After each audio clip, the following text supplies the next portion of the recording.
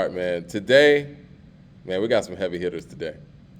And I don't Yeah. know if everybody could see these, but today we're going to cover Biggie, Ghostface, Raekwon, MF Doom, Foxy Brown, Rick Ross, Nicki Minaj, Big Daddy Kane, Slick Rick, and Drake. I don't know if we're going to get to all these, but let's try. I was actually thinking, Mike. I don't know what your day looks like, but if you wanted to, like, because I know we have some time constraints. If you want to flex on five of these now, and we can try to flex on five later this evening if you want to, or how do you feel? Let's try to get through it. Okay, Fuck it. let's Let's go. do it. All right. Okay, let's go. So Biggie, we gave Biggie's lyrics a 14. Gave Biggie's voice a 10. Gave Biggie's delivery a 10. Storytelling a 10. Catalog of albums a 12. I think everybody knows why that is. Collaborations a 10. Longevity of records 10. Longevity of career 5. Songwriting skills 10. Legacy 10. Live performance 8. Content a 7. I want to address that. Why did you think Biggie's content 7? I mean, his content and subject matter wasn't heavy, Mike. He didn't talk about much. He didn't like address any social unrest. He didn't address any real issues in the black community. He wasn't that type of rapper. He He didn't wasn't really deep. He address talked anything. about what was around him, and he's even addressed that when he was alive, and he was talking about, if I worked at Mickey D's, I'd talk about burgers and fries. Well, look, I think he did a good job of actually contextualizing what he did, what he knew. He No, didn't step out I of the get that. box and try to address things that he didn't know.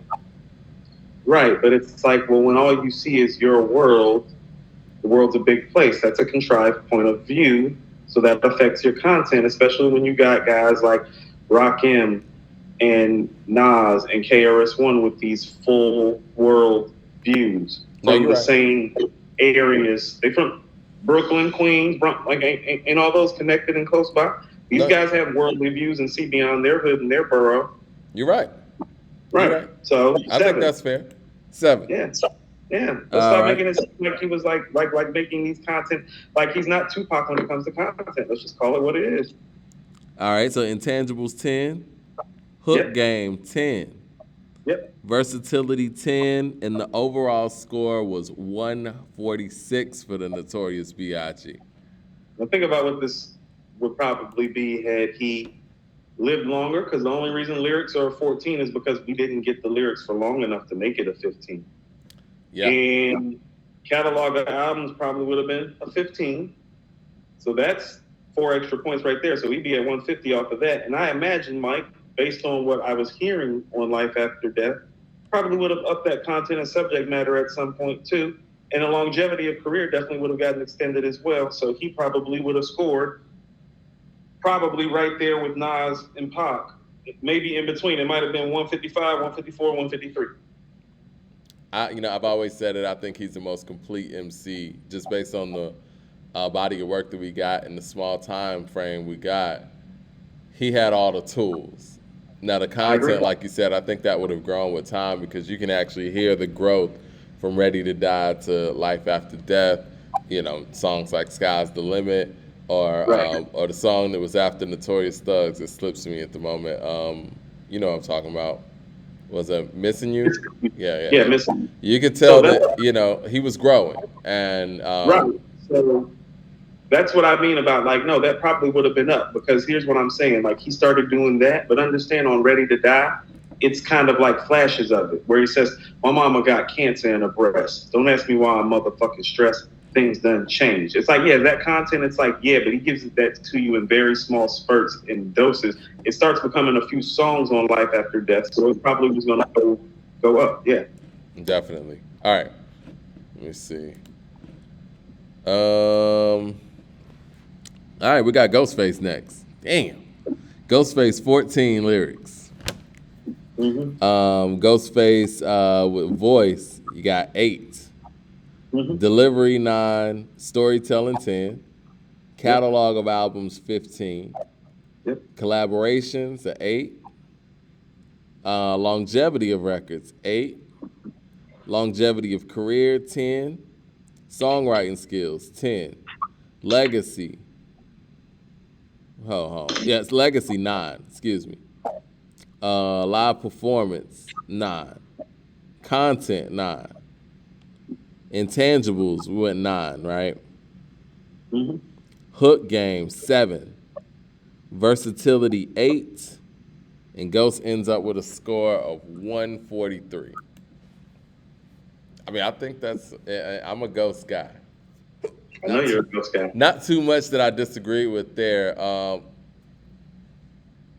I think the one thing that Ghost lacks in his career, and for people who just tune in, he's probably my favorite MC, like bar for He's bar. your guy.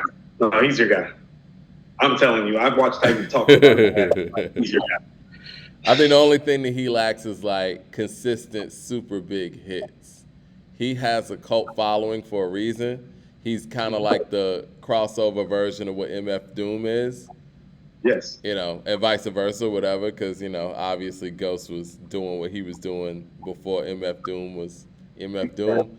But yeah, I think the only thing that he lacks in comparison to his contemporaries is the hit records. But what he makes up for that on is consistency and, catalogs of albums that are just consistently good and great.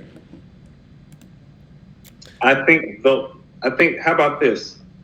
The fact that All That I Got Is You is still probably his most recognizable single is kind of the same thing that's keeping him from being more widely talked about as the all-time greatest MC. I think Shay Shay Lagos might be. Huh? I think Shay Shay Lagos might be. You're right, Shay Shay Lagos is. Okay, so let's speak to that right quick. This is what I mean. So and this is picking hairs, but where I have Ghost as seventh greatest MC of all time, I think, on my list.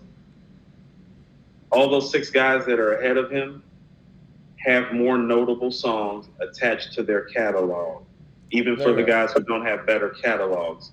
So the guys that have ahead of him, and you know the records, well, Nas, Rakim, Pop, Big, Jay, Scarface.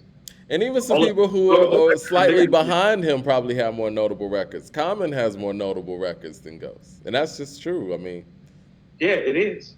Shout out to Mad Max with the super chat. He says, Coop bugging. Luda is a better MC than T.I. and has way better legacy than T.I. T.I. only got real clout in Atlanta and the South. Past that, he's the same legacy as the Game. See, that's the thing that's difficult, man. Like, I don't know, man. I mean, I think people outside of Atlanta see Luda different than people in Atlanta, and I think people in Atlanta see T.I. different than people outside of Atlanta do. Right. So hold on. So what you're really speaking to is that people outside of our little Atlanta bubble have Luda higher than T.I., and we got T.I. way higher than Luda. Exactly. It's confusing. I didn't know that was going on. No, that's what's going on. That is very problematic. We're going to need help rating T.I. and Luda and Jeezy and those guys if that's that case.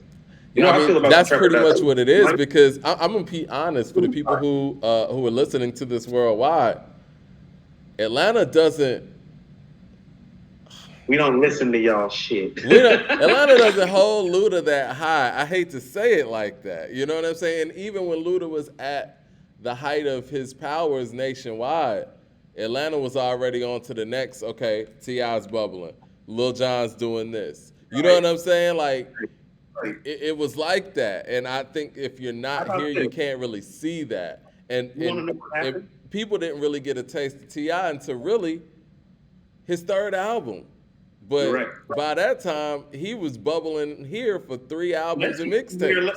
He was a legend down here by the time his third album came. Yeah, by the time people outside of Atlanta started checking for T.I., he was a legend down here. By the time King came out, he was a legend in Atlanta. I think you're speaking to something strong with Luda or whoever made the super chat was because here's the thing, and I'm gonna tell you what happened. And you know this, Mike. We know this from being on the scene. Atlanta music scene, the bubble, the underbelly of the music scene, the bubbles to the top. the turnover rate happened so fast. I think what happened was because Luda was the big mainstream star, that while he's bubbling on the mainstream and everybody else around the nation is watching him, we're not even checking for him locally anymore. We're like, we've been heard that. Yeah, we on Like, to the next thing. we've been listening to Chris. So that's kind of what it was too. It's like, man, you know how long we've been listening to this? Oh, y'all go ahead and have that. Have them. Tip coming out, Jesus coming out. Yeah. And in turn, when Tip went mainstream and y'all start paying attention to Tip, then Jeezy started bubbling down here.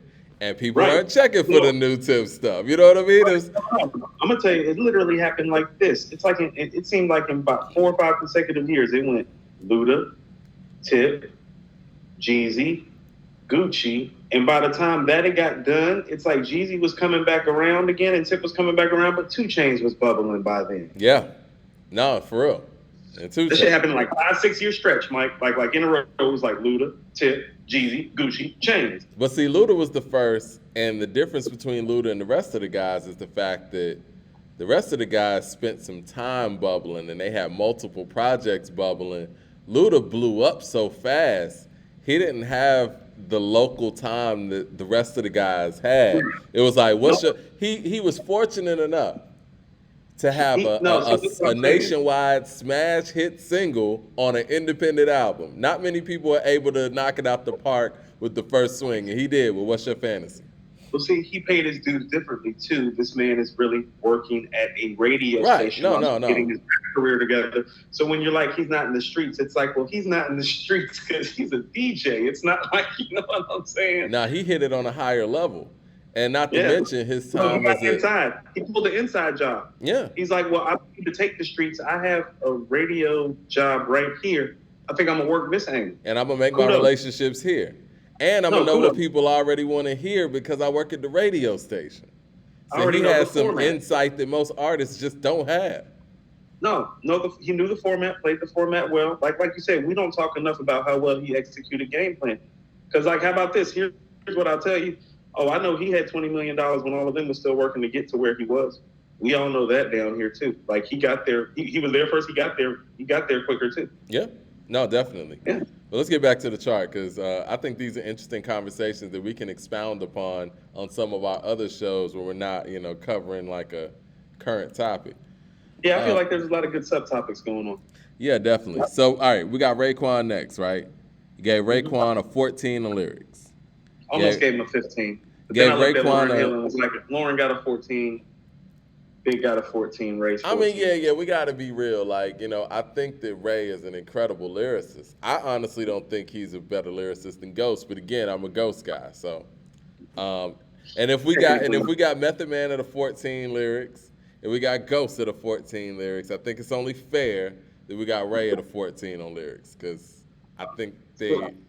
So lyrically, because of his vocabulary usage and wordplay and the words that he chooses to compound together, it's very dazzling. It is. But it's like, then I thought about it, it's like, well, Lauryn Hill does that too. Okay. But again, it gets back to what we hold high when it comes to lyrics. I mean, right, and lyrics. There's different ways of going about it. It's like Lauryn will say, my mind makes incisions in your anatomy, and I back this with Deuteronomy. You know what I'm saying? Like, Ray will say, peace to cats, rock knowledges, street astrologists, light up the mic, God knowledges, fly joints like character points, Corolla, Motorola, hold on, play 'em, God, he pack over the shoulder, chrome tanks, player like gangs, check the franchise, front on my guys, my enterprise crash many lives, we peel off snakes like reflectors, he had sugar in his ear in his last crack career, we can can him, manhandle him, if you want to, burn his crypto, kid ditto, skate like a limo. Yo. That's 15 stuff. It is 15 stuff.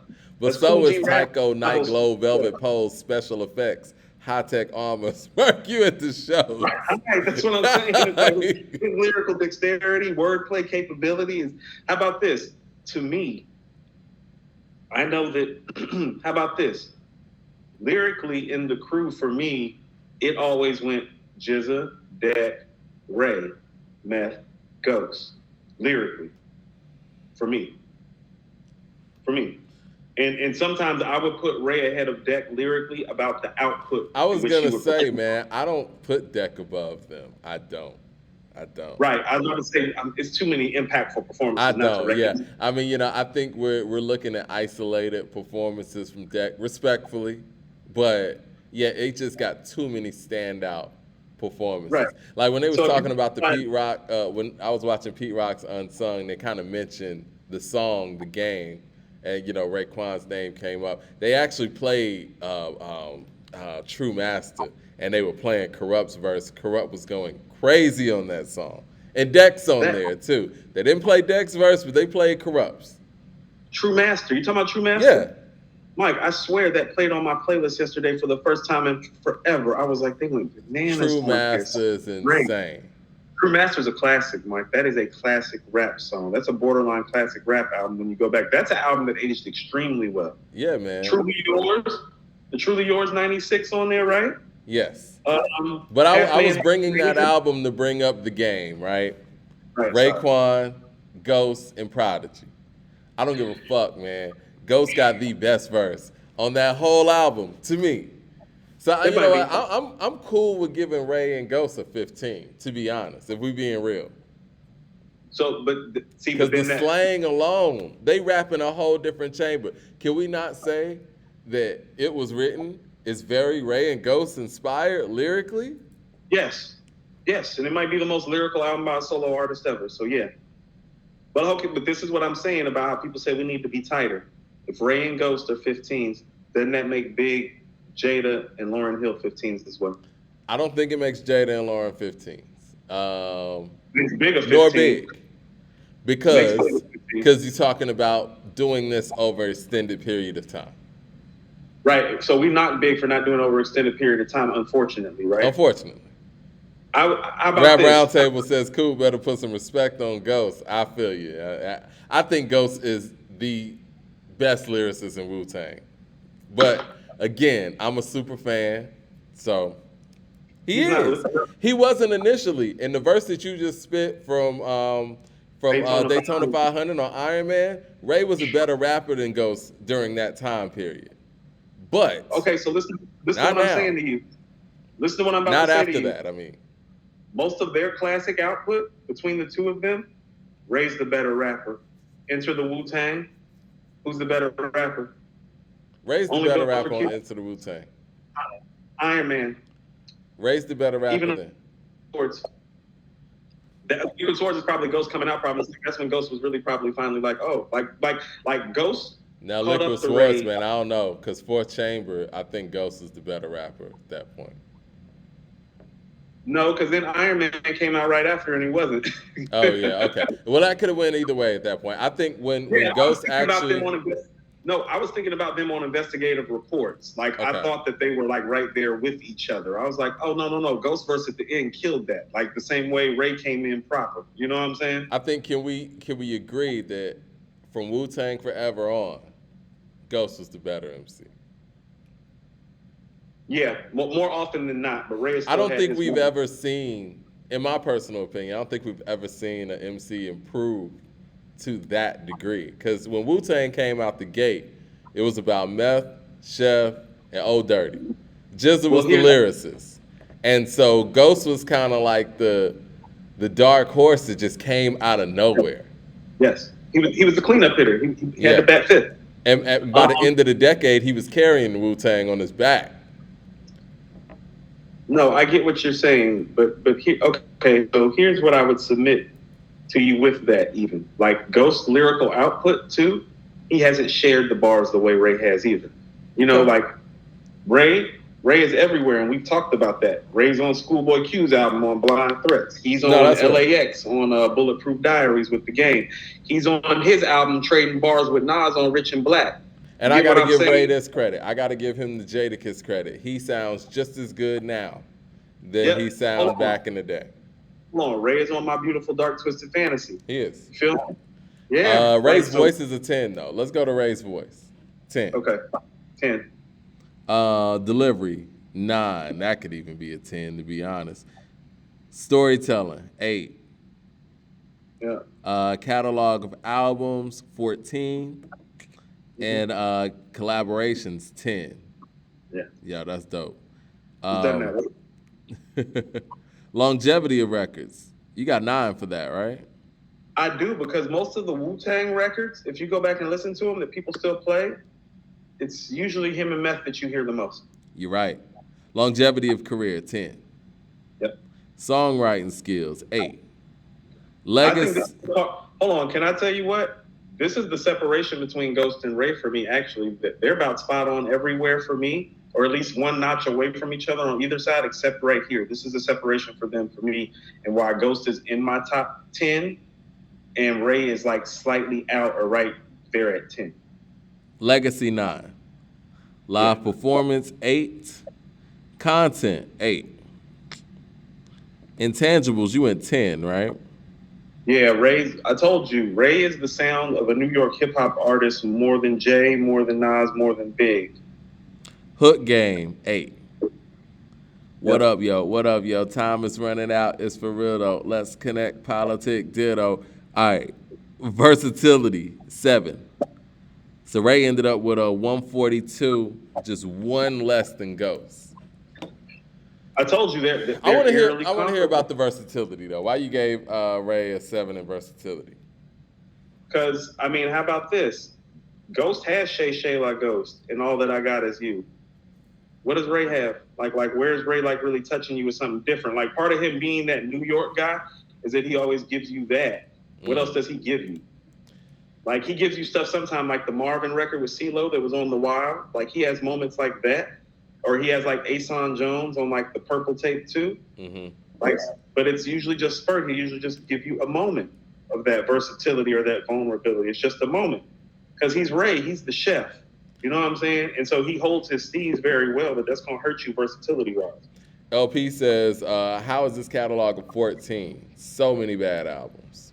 No. First of all, so many albums that people don't talk about, though, that are good. The Shaolin versus Wu-Tang album is good, Mike. The Wild album is good. Mike, he did make Only Built for Cuban Links 1 and 2, right? He did. Okay, Mike, he is at the forefront of Enter the Wu-Tang and Wu-Tang Forever, right? He is. Is he on Return to the 36 Chambers? Hold on. Is he on Return to the 36 Chambers? He is. Is he on Tikal? Yeah. Is he on Liquid Swords? He's everywhere. I feel like he got more verses than anybody on Wu-Tang Forever. Is that fair to say? He has the most verses on Wu-Tang Forever. He's on like every song.